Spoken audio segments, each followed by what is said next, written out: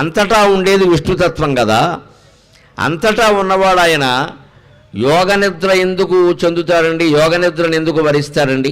యోగనిద్ర గురించి మనం ఇప్పుడు చెప్పుకోవాలి. ముక్కోటి ఏకాదశి సందర్భంలో మనం చెప్పుకోవాలి. ఎందుకంటే ముక్కోటి ఏకాదశి అంటే ఏమిటి? సరిగ్గా ఆషాఢశుద్ధ ఏకాదశిలో శ్రీ మహావిష్ణువు శయనిస్తాడు, యోగనిద్రలో ఉంటాడు, ప్రారంభిస్తాడు. దాన్ని శయన ఏకాదశి అంట. తర్వాత శ్రావణం, భాద్రపదం, ఆశ్వీజం అయ్యాక కార్తీక శుద్ధ ఏకాదశి నాడు నిద్రలేస్తాడు. దాన్ని ఉత్థాన ఏకాదశి అంటారు. ఆ మర్నాడే క్షీరాబ్ది ద్వాదశి అని ప్రత్యేకంగా ఉసిరి మొక్కకి పూజ చేసి మనం పండుగ జరుపుకుంటాం. కానీ మనం ముక్కోటి ఏకాదశి నాడే గుళ్ళ దేవాలయానికి వెళ్ళి ప్రత్యేకంగా ఉత్తర ద్వారం ద్వారా దర్శనం చేసుకోవాలని అనుకుంటాం. ఎందుకు? శ్రీ మహావిష్ణువు 4 నెలలు యోగ నిద్రలో ఉన్నాక దేవతలకు దర్శనం ఇవ్వడానికి 1 నెల పట్టింది. భగవద్ దర్శనం అంటే ఏమిటో ఆలోచించను. ఉరుగా తలుపులు తీయగానే తోసుకుని లోపలికి వెళ్ళిపోవడం కాదు దైవ దర్శనం అంటే. అంత తేలిగ్గా దొరికే వ్యవహారం కాదు. ఆయన యోగ నిద్ర నుంచి మేలుకొన్నది కార్తీక శుద్ధ ఏకాదశి అయితే, మార్గశిర శుద్ధ ఏకాదశి వచ్చే వరకు దేవతలకే దర్శనం లేదు, మనకెక్కడ ఉంటుంది? వాళ్ళు నెల తర్వాత వెళ్ళారు. అంటే దైవ దర్శనానికి వెళ్ళే ముందే మన మనస్సును చాలా పవిత్రం చేసుకుని వెళ్ళాలి.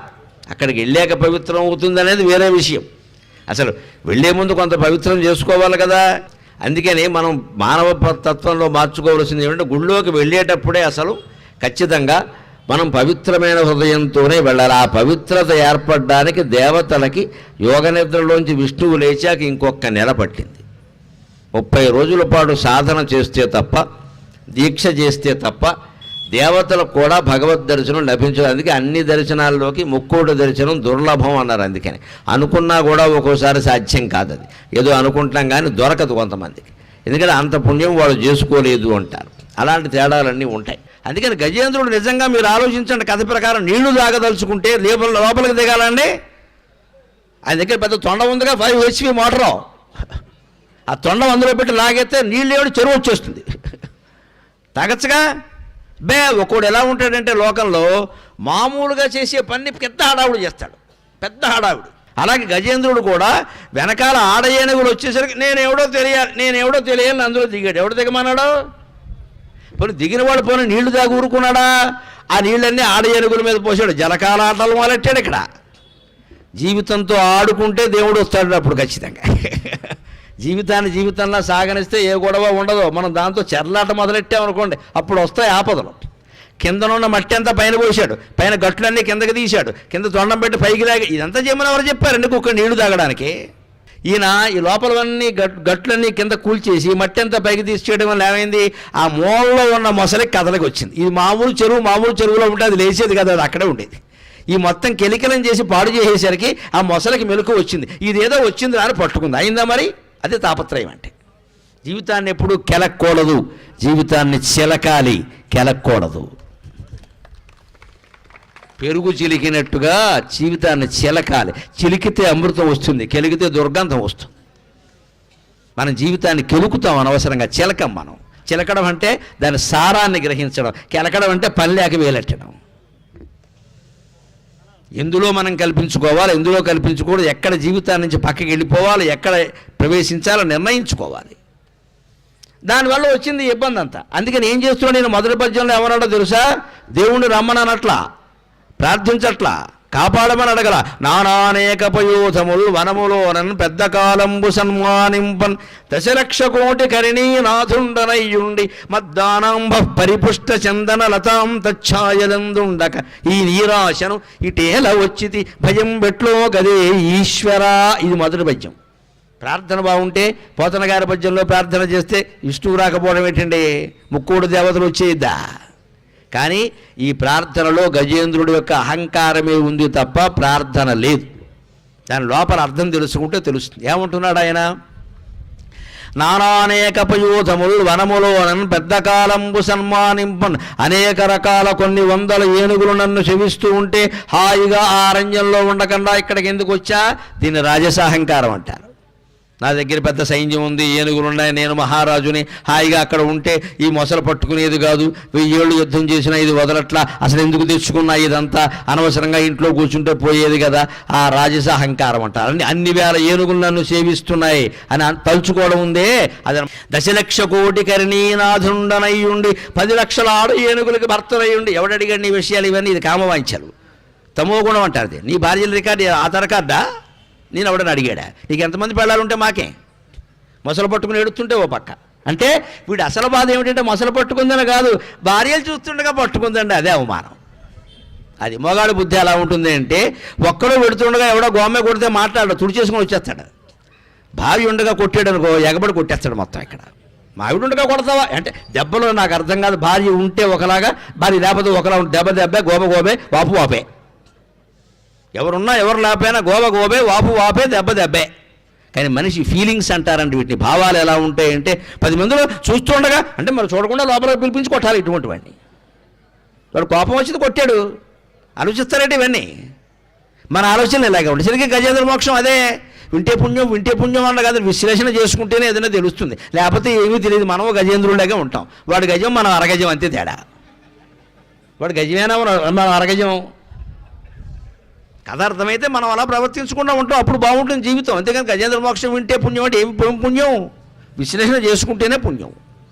అందుకని నాకు 10 లక్షల మంది భార్యలు ఉన్నారు, ఇది తామసాహంకారం.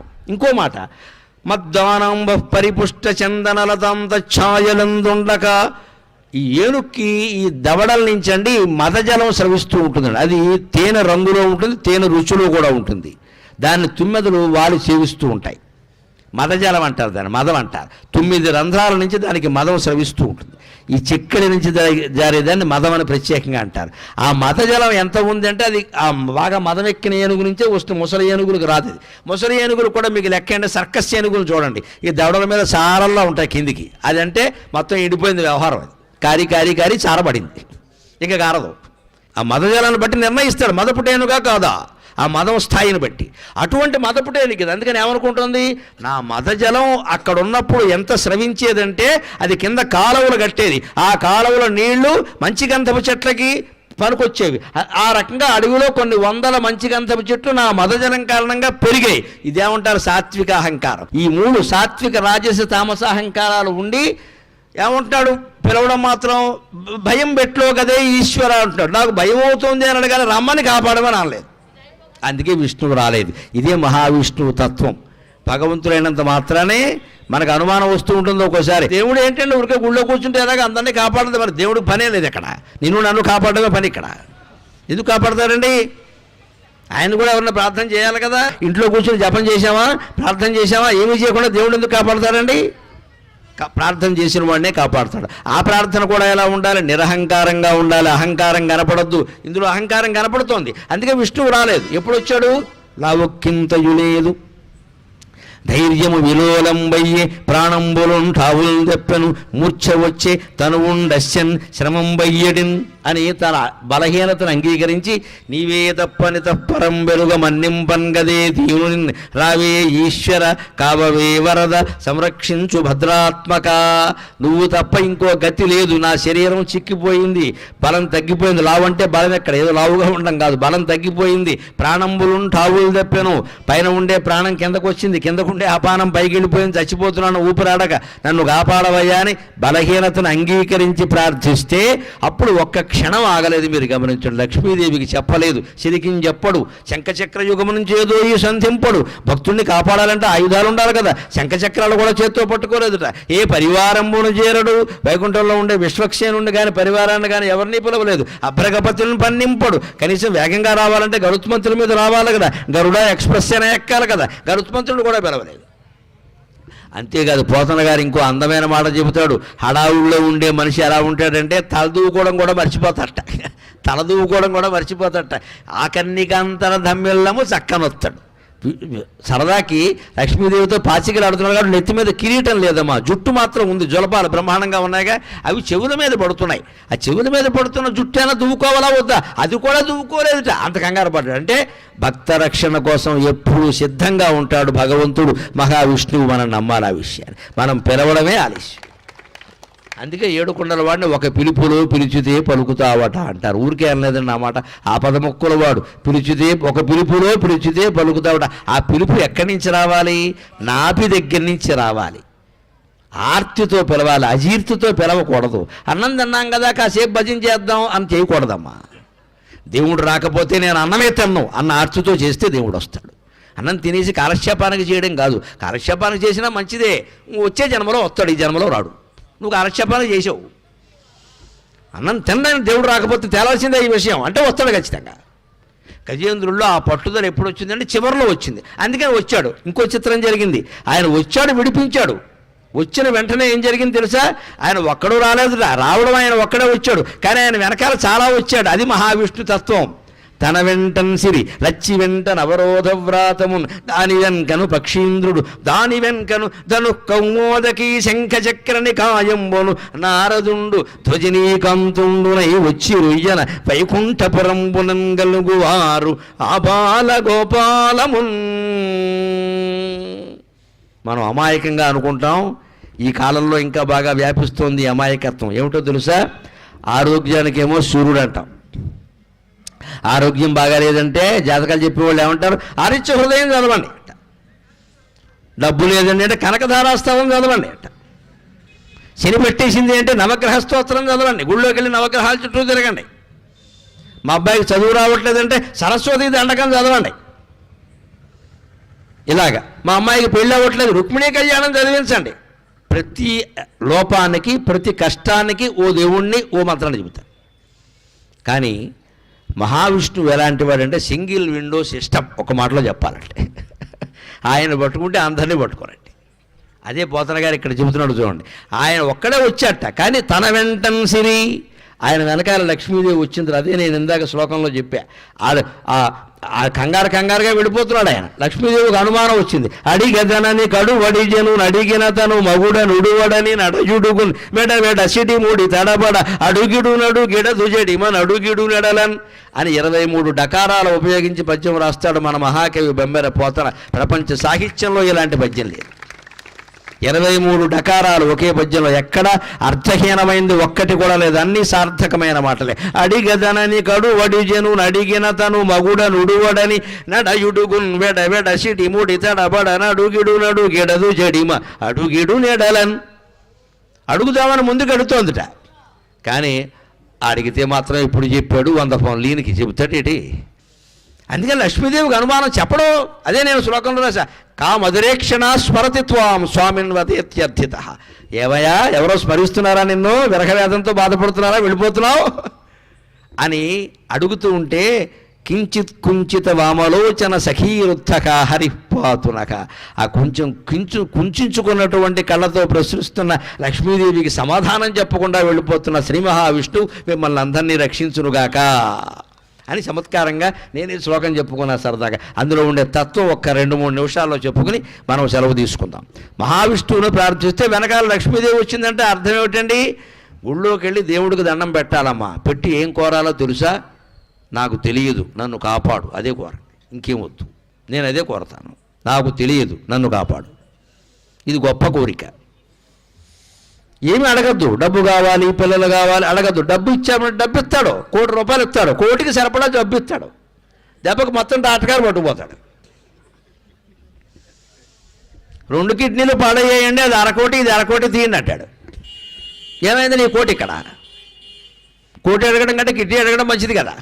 పోనీ కిడ్నీ అడిగామనుకో విష్ణుమూర్తిని, కిడ్నీ ఇస్తాడు, తర్వాత లంగ దెబ్బతినేలా చేస్తాడు, ఊపిరితిత్తులు. అవి ఎవడిస్తాడో? ఇవన్నీ బాగానే ఉన్నాయనుకో, కరోనా వచ్చింది అంటారు, మొత్తం వ్యాధి నిరోధక శక్తి పోయింది. అది ఎవడిస్తాడో? అందుకే భగవంతుడిని ఏది అడగకూడదు. ఏదైనా అడిగితే అదే ఇస్తాడు. ఏమీ అడగకపోతే అన్నీ ఇస్తాడమ్మా. అది దైవ కరుణ. ఏమీ అడగకపోతే అన్నీ ఇస్తాడు. ఏది తెలివైన పనో మీరే ఆలోచించుకో. నిజానికి నాకు తెలియదు, నన్ను కాపాడు కూడా అక్కర్లేదు, అదే ఆయనకు తెలుసు. కానీ ఏదో మనస్సులో భయం ఉంటుంది కదా కొంచెం. అందుకని పరమాత్మ ఏం అడగాలో నాకేం తెలియదే, నన్ను కాపాడు అంటే వెనకాల సుదర్శన చక్రం పెట్టి మన కాపాడతాడు. ఆయన ప్రార్థిస్తే ఆయన వెనకాల లక్ష్మీదేవి వచ్చిందంటే అర్థం ఏంటంటే భగవంతుడిని ప్రార్థన చేస్తే డబ్బులు అవే వస్తాయి. మరి డబ్బులు మనం వేరే అడగక్కలేదు, ఒక 5 అడగక్కలేదు అక్కడ. అంతేకాదు లచ్చి వెంట అవరోధ వ్రాతమును. దాసదాసీ జనాలు లేనటువంటి భోగం ఒక భోగమా? ఎంత జమీందారైనా వాడు కారు వాడే తులుచుకుంటే వాడి భోగమే ఉందండి, అందులో ఇంకా మట్టి అంతా వాడి మీదే పడింది. కారుని నడపడానికి మనిషి లేడు, కారు తొడవడానికి మనిషి లేడు, ఇంట్లో తొడవడానికి మనిషి లేడు. ఈ జమీందారు గారు భార్య చీపురెట్టు ఊడ్చుకుంటూ దేనికి నీ భోగం ఎక్కడ? అంచేత పని మనుషులు ఉండడం కూడా ఒక భోగమే. భగవంతుడిని ప్రార్థిస్తే మన వరకు దాసదాసీ జనం లోపం లేకుండా మన ఇంటికి పంపించేస్తాడు, తిరుగులేదు ఇంకా. అది కూడా జరిగిపోతుంది. దాని వెనకన పక్షీంద్రుడు, చాలామంది కారు కోసం చూస్తారు. పక్షీంద్రుడు అంటే వాహనం కదా, ఈ రోజుల్లో వాహనం అంటే కారే కదా. భగవత్ ప్రార్థన మనస్సులో చేస్తూ ఉంటే నీ సొంత కారు అవసరం లేకుండా పొద్దున్నో కారు సాయంత్రం కారు ఇస్తాడు. ప్రత్యక్ష ఉదాహరణ నేనే, ఇంకెవడా కల. నాకు కారు లేదండి, నాకు అవసరం కూడా లేదు. నాకు కారు ఉందనుకో, అదే వెంకటేశ్వర గారు ఏమంటారు లౌకికంగా, మీరు వేసుకొచ్చేయండి మేము చూసుకుంటా ఉంటారు. చూసుకోకపోతే